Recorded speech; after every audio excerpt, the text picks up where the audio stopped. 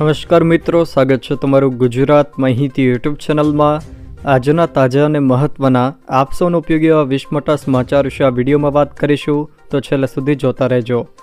આજના સૌથી પહેલા સમાચાર વિશે વાત કરીએ તો ગુજરાતના વિસ્તારોમાં ભૂકંપનો આંચકો અનુભવાયો છે। કચ્છમાં ધરા ફરી ધ્રુજી છે। રાપરના વિસ્તારોમાં ભૂકંપનો આંચકો અનુભવાયો છે। કંથકોટ ગામ નજીક આ ભૂકંપનો આંચકો અનુભવાયો, જેમાં ભૂકંપની તીવ્રતા 2.7 નોંધાય છે। જોકે વહેલી સવારે 3:55 આ ભૂકંપનો આંચકો નોંધાયો છે, જ્યાં ભૂકંપનું કેન્દ્રબિંદુ રાપરથી 18 કિલોમીટર દૂર નોંધાયું છે। ઈપીએફઓ મેમ્બર્સ માટે ખુશખબર, એટીએમમાંથી પીએફના પૈસા ઉપાડી શકાશે। ઈપીએફઓ સબસ્ક્રાઇબર માટે મોટા સમાચાર સામે આવ્યા છે। આવતા વર્ષની શરૂઆતથી પીએફ ખાતા ધારકો તેમની પીએફની રકમ સીધી એટીએમમાંથી ઉપાડી શકશે। શ્રમ સચિવ સુમિતા ડાવરાએ બુધવારે આ મોટી જાહેરાત કરી હતી। શ્રમ મંત્રાલયના દેશના મોટા કર્મચારીઓને વધુ સારી સેવાઓ પ્રદાન કરવા માટે તેની આઈટી સિસ્ટમને અપગ્રેડ કરી રહ્યું છે। કડકડતી ઠંડીમાં ઠૂંઠવાવા તૈયાર રહેજો। સૌરાષ્ટ્ર અને કચ્છમાં કોલ્ડ વેવને લઈને હવામાન વિભાગ દ્વારા આગાહી કરવામાં આવી છે। આગામી 48 કલાક સૌરાષ્ટ્ર ઝોન અને કચ્છ ઝોનમાં કોલ્ડ વેવ રહેશે, એટલે કે ઠંડા પવનો ફૂંકાશે। હાલ રાજ્યમાં ઉત્તર પૂર્વ તરફથી પવનો ફૂંકાઈ રહ્યા છે। ઠંડા અને સૂકા પવનો ફૂંકાતા આગામી 3 દિવસ તાપમાન કગડશે। જોકે આજે 5 ડિગ્રી તાપમાન સાથે કચ્છનું નલિયા સૌથી ઠંડુગાર શહેર રહ્યું છે। મફત આધાર ઓનલાઈન અપડેટ કરવા હવે માત્ર 2 દિવસ જ બાકી। આધાર કાર્ડ અપડેટ કરવાને લઈને સરકાર તારીખો આપીને લોકોને તક આપી રહી છે।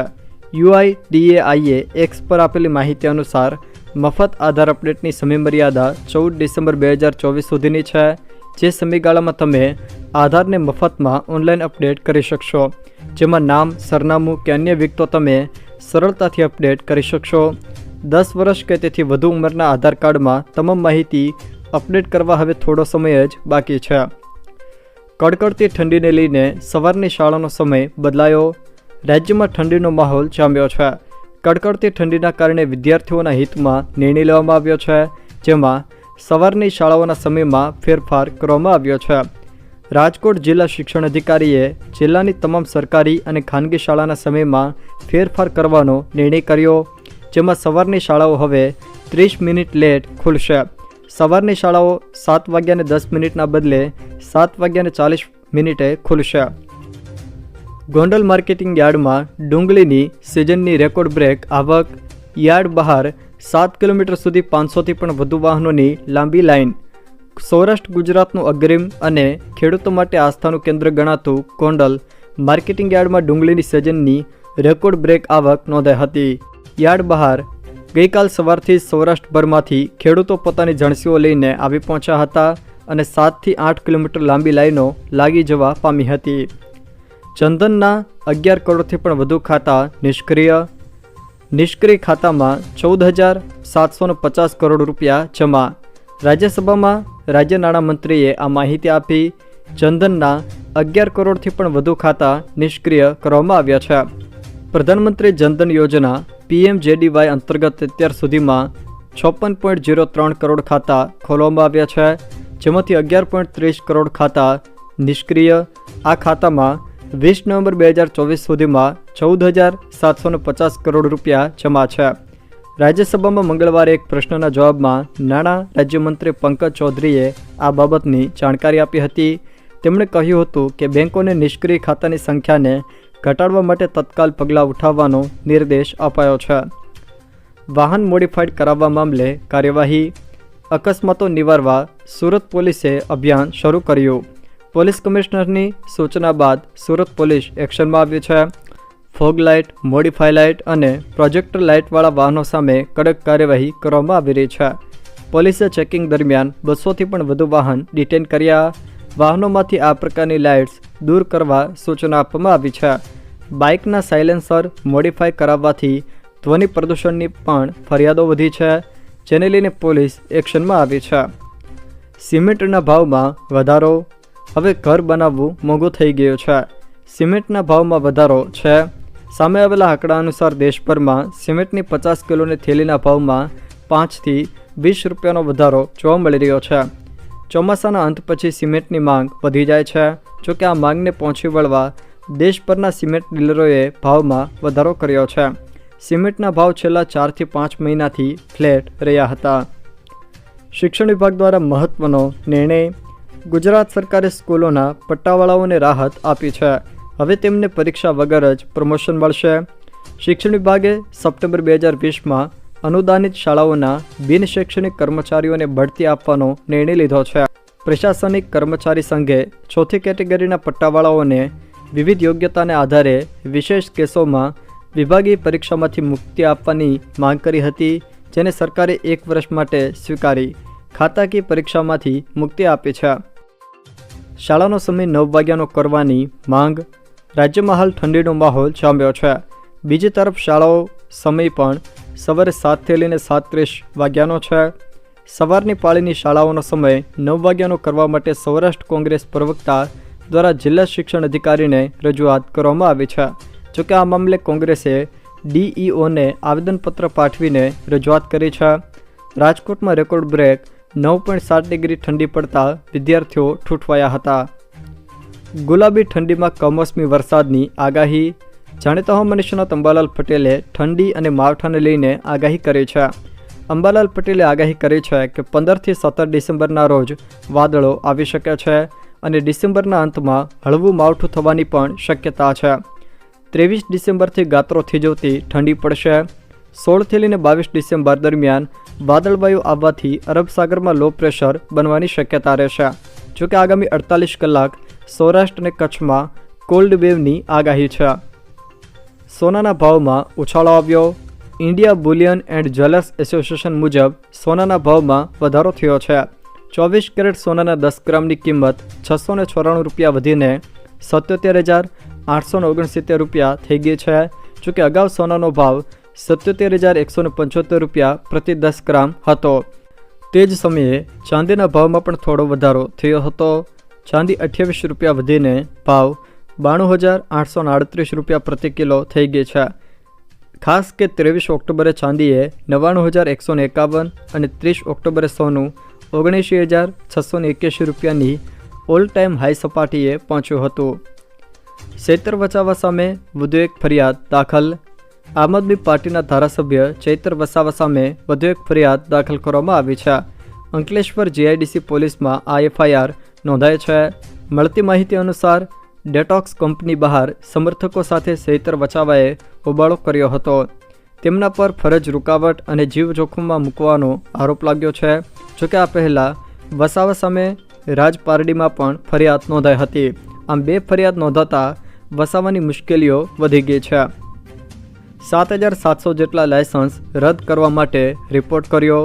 ટ્રાફિક નિયમનો ભંગ કરતા હોવાનું જાણવા મળે છે તો પોલીસ દ્વારા તેમના લાયસન્સ રદ કરવા સુધીની પણ કાર્યવાહી કરવામાં આવી રહી છે. અમદાવાદ ટ્રાફિક પોલીસે રાજ્યની અલગ અલગ આરટીઓમાં 7,700 જેટલા વાહન ચાલકોના લાયસન્સ રદ કરવા માટેનો રિપોર્ટ કર્યો છે. નિર્દોષ વ્યક્તિઓના જીવ લેનાર વાહન ચાલકનું લાયસન્સ રદ કરવામાં આવે છે. હેલ્મેટ વગર વાહન ચલાવે છે તેને 3 મેમો ઇસ્યુ કરવામાં આવે છે. જોકે ત્યારબાદ લાયસન્સ રદ કરવા સુધીની કાર્યવાહી પણ થઈ શકે છે. આસામમાં એનઆરસીને લઈને હિમંતા સરકારની મોટી જાહેરાત. એનઆરસી માટે અરજી નહીં તો આધાર કાર્ડ નહીં. બાંગ્લાદેશમાંથી ઘૂસણખોરી ચિંતાનો વિષય.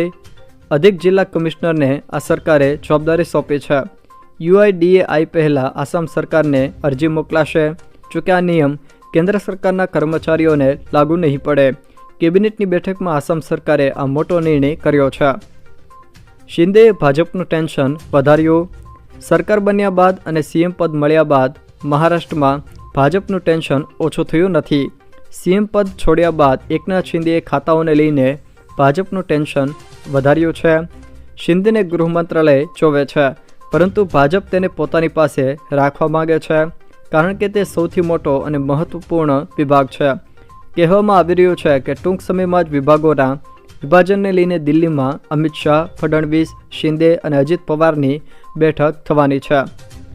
સુભાષ બ્રિજ આરટીઓના લોકોને વાહન ફિટનેસ માટે 22 કિલોમીટર દૂર જવું પડશે.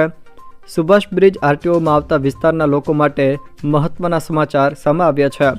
જો વાહન વ્યવહાર વિભાગ દ્વારા બાકરોલ, બાદરાબાદમાં ચાલી રહેલા ખાનગી ફિટનેસ સેન્ટરને મંજૂરી આપવામાં આવશે તો તેઓને વાહનના ફિટનેસ માટે 22 કિલોમીટર દૂર જવું પડશે. જોકે હાલમાં કોઈ સ્પષ્ટતા કરવામાં આવી નથી. વાહન વ્યવહાર વિભાગે સુભાષ બ્રિજ અને વસ્ત્રાલ આરટીઓ કચેરી પાસે હદને લઈને રિપોર્ટ મંગાવ્યો હતો. વડોદરાવાસીઓને ફરી પાણીના ફાંફા પડશે. વડોદરાવાસીઓને ફરી એકવાર પાણીના ફાંફા પડવા જઈ રહ્યા છે. આવતીકાલથી 2 દિવસ સુધી શહેરમાં પાણી કાપ રહેશે. 2 દિવસ સુધી 2.5 લાખ નાગરિકોને પાણી નહીં મળે. સુભાનપુરા, વાસણા, ગાયત્રીનગર સહિતના વિસ્તારોમાં પાણી કાપ રહેશે. જોકે હરિનગર વિસ્તારમાં પાણીની લાઇનના જોડાણની કામગીરી ચાલી રહી છે. પાણીની લાઇનનું જોડાણ કામગીરીને લીધે પાણી કાપ રહેશે. ધોરણ 12 સામાન્ય પ્રવાહની પરીક્ષામાં ફેરફાર.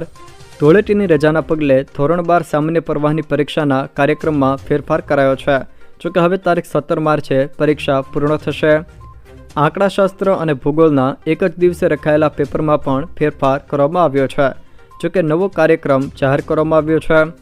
ગુજરાત માધ્યમિક અને ઉચ્ચતર માધ્યમિક શિક્ષણ બોર્ડ દ્વારા હોળી તેમજ ધૂળેટીની રજાના પગલે ધોરણ 12 સામાન્ય પ્રવાહની પરીક્ષાના કાર્યક્રમમાં ફેરફાર કરાયો છે. જે અનુસાર હવે ધોરણ 12 સામાન્ય પ્રવાહની પરીક્ષા તારીખ 13 માર્ચના બદલે તારીખ 17 માર્ચના રોજ પૂર્ણ થશે. જ્યારે ધોરણ 10 અને ધોરણ 12 સાયન્સની પરીક્ષા તારીખ 10 માર્ચે પૂર્ણ થશે. આ ઉપરાંત ધોરણ 12 સામાન્ય પ્રવાહની પરીક્ષામાં એક જ દિવસે આંકડાશાસ્ત્ર અને ભૂગોળના રખાયેલા પેપર હવે અલગ અલગ દિવસે લેવામાં આવનાર છે. જોકે નવો કાર્યક્રમ શિક્ષણ વિભાગ દ્વારા બોર્ડની વેબસાઇટ પર જાહેર કરી દેવામાં આવેલો છે. અમદાવાદ મ્યુનિસિપલ કોર્પોરેશનની ભરતી અંગે મહત્ત્વના સમાચાર. 102 ફાયરમેનની ભરતી માટેની ટેસ્ટ આવતા મહિને યોજાશે. જોકે લાંબા સમયથી ઉમેદવારો રાહ જોઈ રહ્યા હતા. 1 અઠવાડિયામાં ટેસ્ટની તારીખની પણ જાહેરાત થઈ જશે. વડાપ્રધાન મોદીએ બીમા સખી યોજના લોન્ચ કરી. આ સ્કીમ અંતર્ગત મહિલાઓને મહિને 7,000 રૂપિયા મળશે. નરેન્દ્ર મોદીએ હરિયાણાના પાનીપતથી બીમા સખી યોજનાની શરૂઆત કરી. LICની બીમા સખી યોજના હેઠળ 10 પાસ અને 18થી લઈને 70 વર્ષની મહિલાઓને સામેલ કરવામાં આવશે. જોકે આ મહિલાઓને સ્પેશિયલ ટ્રેનિંગ આપવામાં આવશે અને શરૂઆતના 3 વર્ષ સુધી એક ચોક્કસ વેતન મળશે. તેમણે આ ભૂમિકા સમાજમાં આર્થિક શિક્ષાને સમર્થન આપવા અને વીમા પ્રતિ લોકોને જાગૃત કરવા માટે આપવામાં આવશે. વીમા સખી સમાજમાં LIC એજન્ટ રૂપે કામ કરશે. એટલું જ નહીં, ગ્રેજ્યુએશન કરેલી વીમા સખીઓને ભવિષ્યમાં LIC સાથે ડેવલપમેન્ટ ઓફિસરના રૂપે કામ કરવાનો પણ મોકો આપવામાં આવશે. જોકે વડાપ્રધાન નરેન્દ્ર મોદીએ પ્રતિકાત્મક રીતે અમુક વીમા સખીઓને નિયુક્તિપત્ર પણ આપ્યા છે. આ સ્કીમ હેઠળ વીમા સખીઓને શરૂઆતના 3 વર્ષ સુધી 5 થી 7,000 રૂપિયાનું વેતન પણ આપવામાં આવશે. જોકે આ બાદ આ વીમા સખીના રૂપે કામ કરશે અને તેને દરેક પોલિસી પર કમિશન આપવામાં આવશે.